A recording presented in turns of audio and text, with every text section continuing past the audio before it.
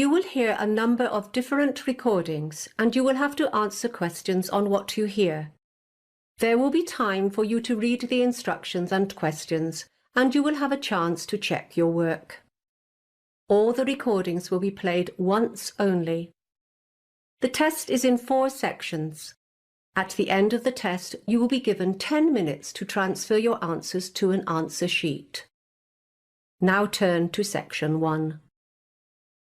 Section 1. You will hear a telephone conversation between a bank representative and a client who wants to make an international money transfer. First, you have some time to look at questions 1 to 6.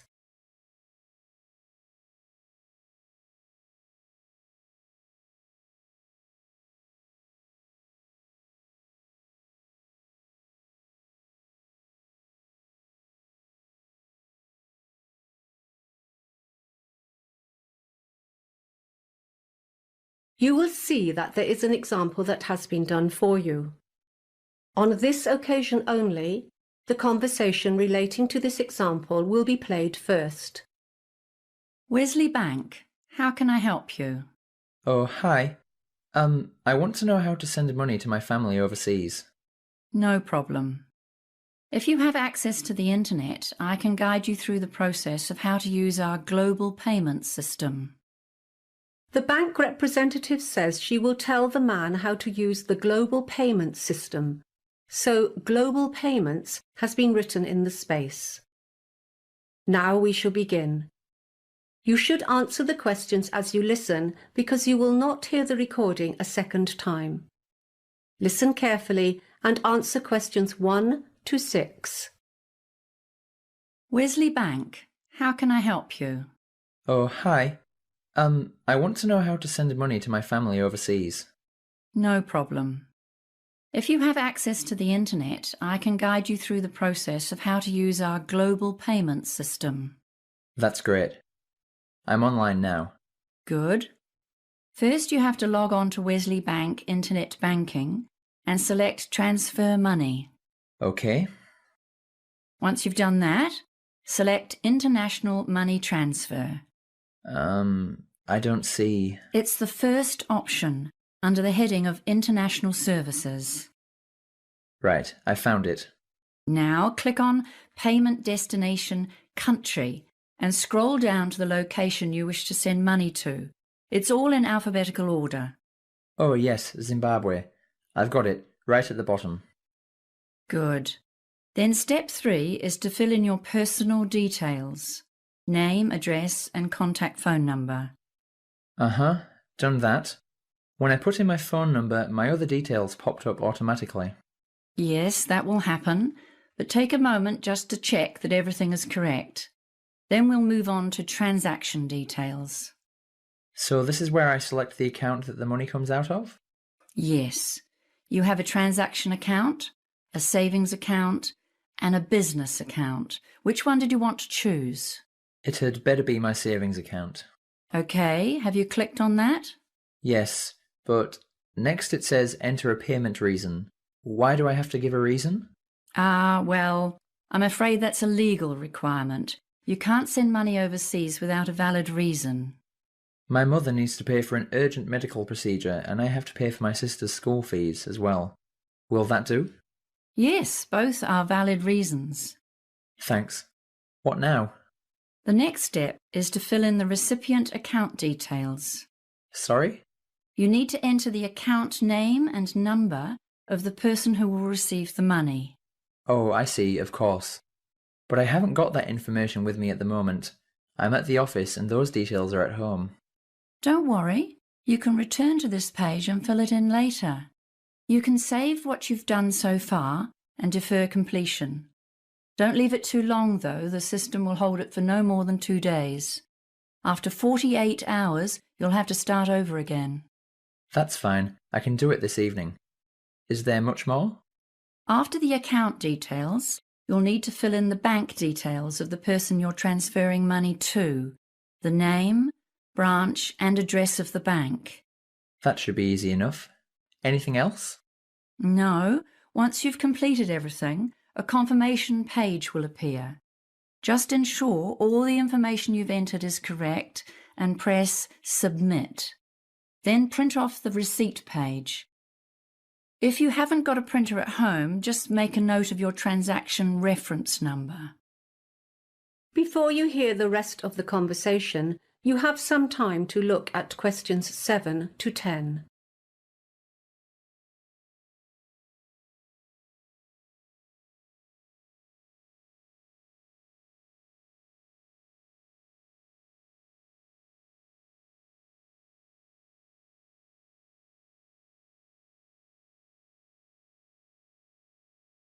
Now listen and answer questions 7 to 10. When can my family expect the money? Will they get it within the next 5 days? It takes 3 days to process, but, of course, we can't be responsible for any delays arising from the recipient bank. I understand. And is there a charge for internet transfers? When I did this through a teller at the bank last year, I was charged $40. It does cost more to use a teller, but the Wesley Bank will only deduct $30 from your account per online international transaction. However, we have no control over any fees that may be charged by other financial institutions at the receiving end. How much can I send in one transaction? Well, that depends on your bank balance, but assuming you have enough funds, the upper limit is $10,000. By the way, you'll need to use a special security token to transfer more than $5,000. You mean my secret password? You'll definitely need that, but you'll also need a security token. That is a special code that the bank gives you. Just call into your local branch with photo ID and they will arrange it for you. Is there anything else I can help you with, or do you have any more questions? No, thank you. That's all I need to know for now. That is the end of section 1. You now have half a minute to check your answers.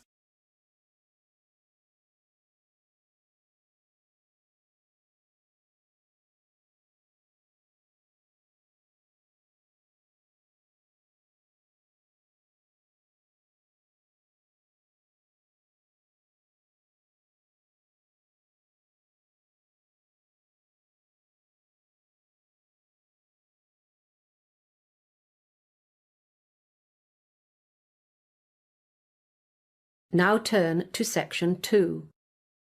Section 2. You will hear a town councillor talking about a plan for the redevelopment of the Bayfield Town Centre. First, you have some time to look at questions 11 to 17.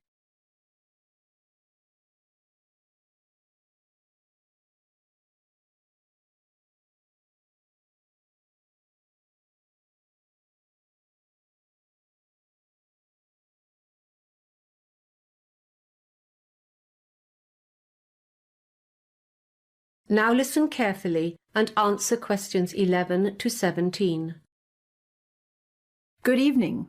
I've been asked to speak to you about the proposed plan for the improvement of our town centre. As you know, there was extensive community consultation before the designers were engaged. I'm sure you'll agree that a great many of your concerns have been acknowledged and incorporated into the draft plan that you see before you. Firstly, you'll notice that the existing supermarket has been enlarged. It's the biggest building you see on the plan, on the south side of the Main Street Mall. You can see that the part of Main Street in the town center has been turned into a pedestrian mall. We're planning extensive plantings of shrubs and small trees to provide shade. There'll be plenty of parking for supermarket shoppers on the west side of the building, and a few spaces to the south facing the park. The park will not be touched except for the addition of a small artificial lake, which we hope will attract ducks and other bird life.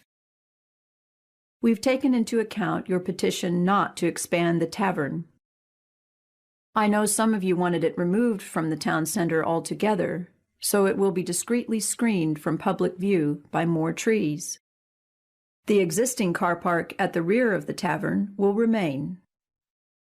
Opposite the tavern, on the other side of Main Street, there will be a covered market. The Saturday Farmers Market is hugely popular, but stall holders have suffered from a lot of bad weather recently. We think everyone will be happy with this part of the redevelopment. These two rectangular buildings here, in the middle of the plan, are new. We plan to demolish the existing shops, some of which are unsound anyway, and put up these two modern buildings instead. The one across Bay Road from the market will house boutiques, delicatessens, and other specialty shops all under one roof. The other one to the west will contain offices, so you'll have convenient access to all the professionals in town inside one building. The swimming pool will remain where it is, of course. The school is a major user of the pool, so to make it safer for students to cross Swan Road, a pedestrian crossing will be installed in front of the school gymnasium. You can see we've planned a gap in the trees here on the Main Street Mall, so that students will be able to walk across the Main Street Mall straight to the pool. Another pedestrian crossing to the west of the pool will give students and other users safer access to the new library here. Library users will be able to share the supermarket parking. We expect that Swan Road may become a busier thoroughfare once the Main Street has been converted to pedestrians only, but we'll address that issue in the second stage of the development. In the meantime, the east end of Swan Road will be converted into a public car park, here, between the council building and the market. Before you hear the rest of the conversation, you have some time to look at questions 18 to 20.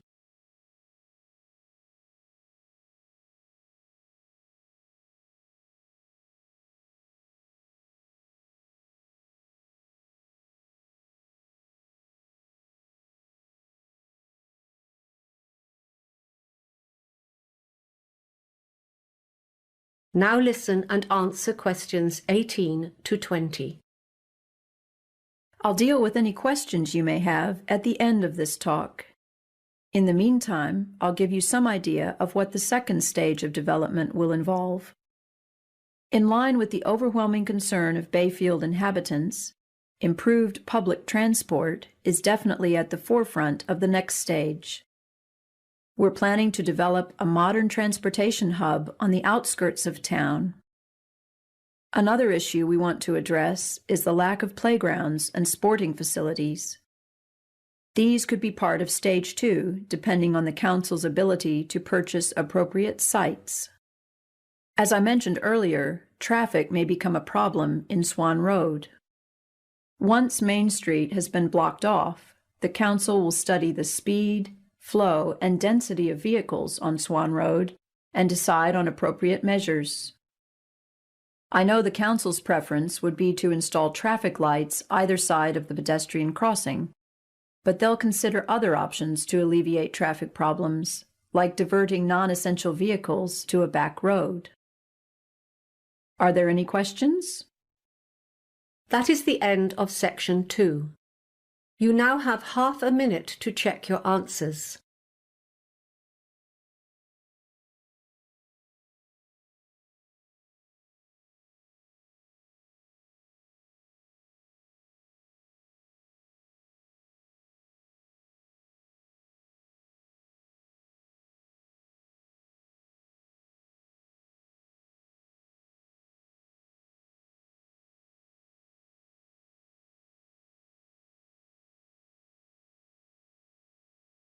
Now turn to Section 3. Section 3. You will hear a conversation between a lecturer in business studies and a student, Blair, who is preparing for a seminar on corporate cultures. First, you have some time to look at questions 21 to 26.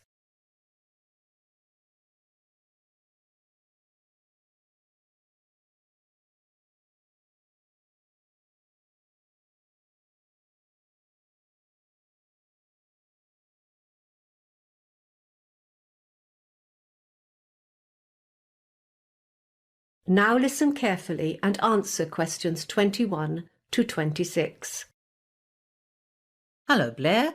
Come in and take a seat. Now, are you ready for the seminar on Friday? I think so. Good. What aspect of business have you decided on for your presentation? I thought I'd talk about corporate culture. There are many facets of corporate culture. You're not going to try to cover them all, are you? No, I've been reading research by Robert Quinn and Kim Cameron, and they put forward a model of just 4 distinctive corporate cultures. It's called the Competing Values Framework. Good. Where do you want to start? I'll start by talking about the hierarchy culture. This is found in a business that observes formal rules, regulations, and bureaucracy. How do the leaders achieve this? Well, in such a structured and controlled environment, leaders usually take pride in running stable, organised and efficient operations. In fact, this may even be part of their mission statement. They rely on their power, status and the importance of their position to manage their workers. What sort of company is most likely to have a hierarchy culture? Well, a few smaller firms might have some of the elements of the hierarchy culture in their day-to-day operations, but on the whole, I think this culture is typical of government bodies and big corporations. Very good. What's next? I'd then move on to discuss market culture. Very popular in the 1960s, I believe, and quite similar to the hierarchy culture in that it also emphasises stability and control. Yes, but the main point of difference is that market culture attaches a great deal of importance to external relationships with stakeholders, such as customers, suppliers and creditors. Why are these particular associations important to a market culture? I suppose because successful interactions with these people would increase the company's productivity. Do you know whether this practice does have the desired effect? Well, according to studies carried out by Angelo Kinnicky and his colleagues in the School of Business at Arizona State University. Yes, where was I? Right. Kinnicky and the others revealed that this culture type tended to generate the greatest financial results, probably as a result of their focus on competition and achievement. Before you hear the rest of the conversation, you have some time to look at questions 27 to 30.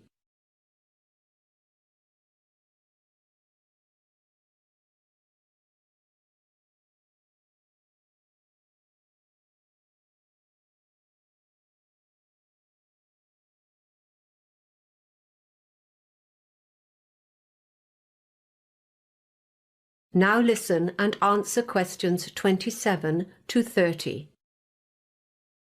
All right, now what's next? Clan culture. You know, I think I'd like to work in a clan culture. Oh yes, why is that? Well, a clan culture is more like a family than a rigid, structured organisation. What do you mean by like a family? Well, it's more focused on teamwork and morale. It's probably not surprising that this type of culture results in the greatest level of satisfaction among employees. What about the internal structure of a clan-type business? It's quite flat, really, nothing like the hierarchy type we talked about before. There is usually just a single leader or owner whose role is quite paternalistic, and he, although I suppose it could be a she, would act as a mentor, guiding, nurturing, and encouraging employees. I can see that ongoing employee training would be characteristic of this kind of business. Definitely. And in a company like this, loyalty would be very important. Also, management would want to know that everyone within the company had the same ideas and objectives. You know, my brother works for a company like this, and he absolutely loves his job and puts everything into it. He's extremely loyal and devoted and thinks he's very lucky. He probably is lucky to have a job he enjoys. Yes, well, he's better off there than in an adhocracy culture. But adhocracy does appeal to a certain type of person. Yes, if you're adaptable and don't mind lots of changes all the time. What's most important in an adhocracy culture? It would have to be flexibility and innovation, and the ability to react swiftly to a changing market, competition, or other factors in the external environment. What kind of leadership would you expect in this culture? They would be entrepreneurs who welcome change, are not afraid of taking risks, and are always seeking growth opportunities. Workers would be urged to try out new ideas and not sit back taking things for granted. To an outsider, especially someone from a hierarchy culture, this kind of culture might look a bit chaotic and disordered, but it's innovative, forward-looking and adjusts rapidly to change. OK, Blair. I think you've got the basics of a good presentation and you've responded well to my questions. Just one further question and then I'll let you go. That is the end of section 3. You now have half a minute to check your answers.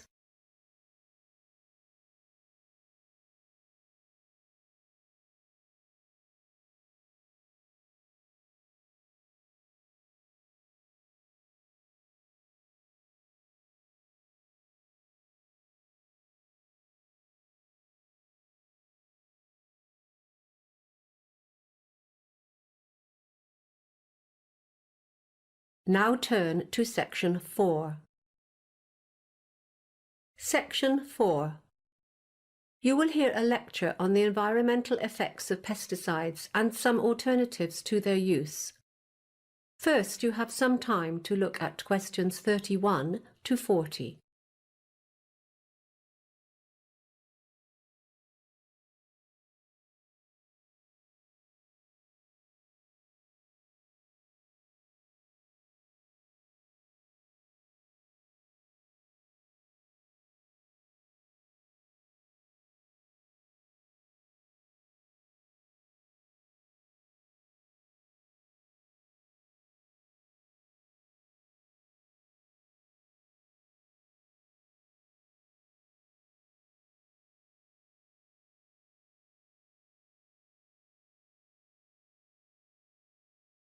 Now listen carefully and answer questions 31 to 40.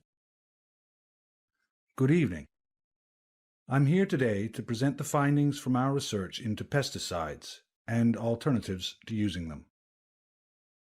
I'd like to begin by talking about some of the environmental effects of pesticide use. As most of you will be aware, pesticides have proven to be very harmful to our environment. The principal reason for this is because nearly all pesticides travel beyond their target areas. This often happens when rain carries pesticides along water channels, such as rivers, where they are then transported downstream. In other situations, particularly when they are dropped by plane, the wind blows pesticides into wild areas where they are not wanted. These areas can be up to several kilometers away. We also need to think about the effects of pesticides on animals. Pesticides can cause illness and even death in many animals, including birds and aquatic life.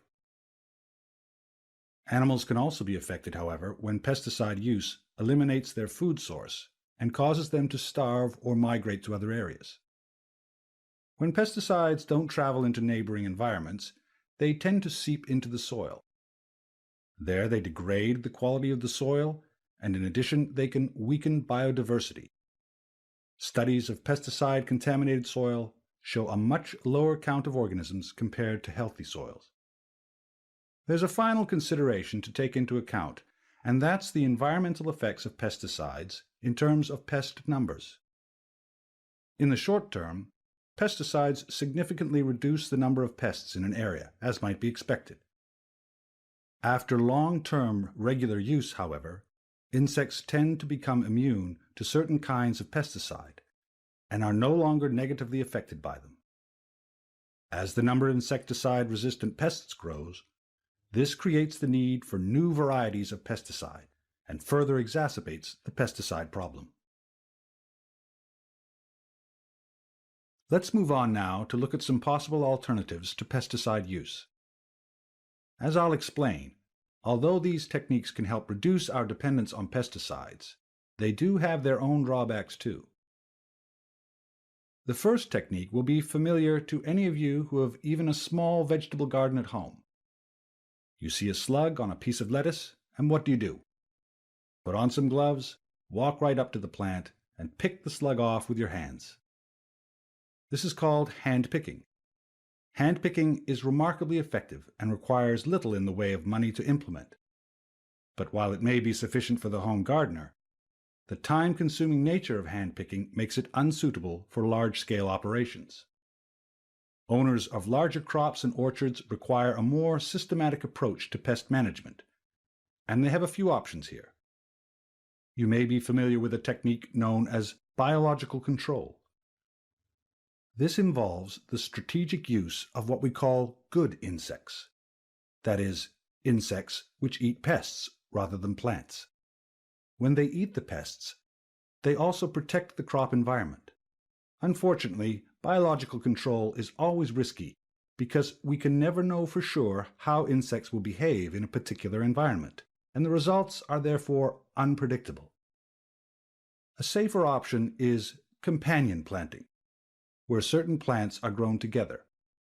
Garlic, for example, fends off spider mites and aphids, and basil drives away the tomato hornworm, making it a good companion for tomatoes. This is because some varieties of plant can repel specific breeds of insects, so planting them alongside and around more vulnerable vegetables will discourage the insects from coming near. Of course, all these extra plants begin fighting for space and competing with the protected plants for access to water and nutrients in the soil. A final possibility is crop rotation.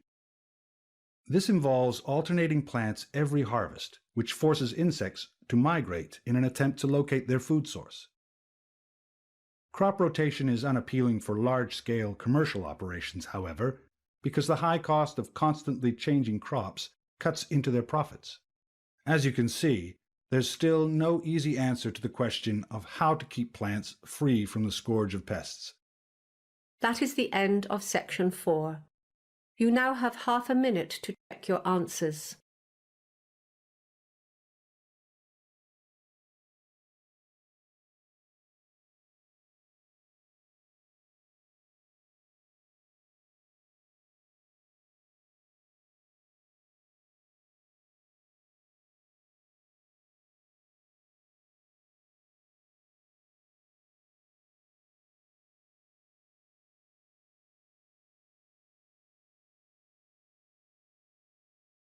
That is the end of the listening test.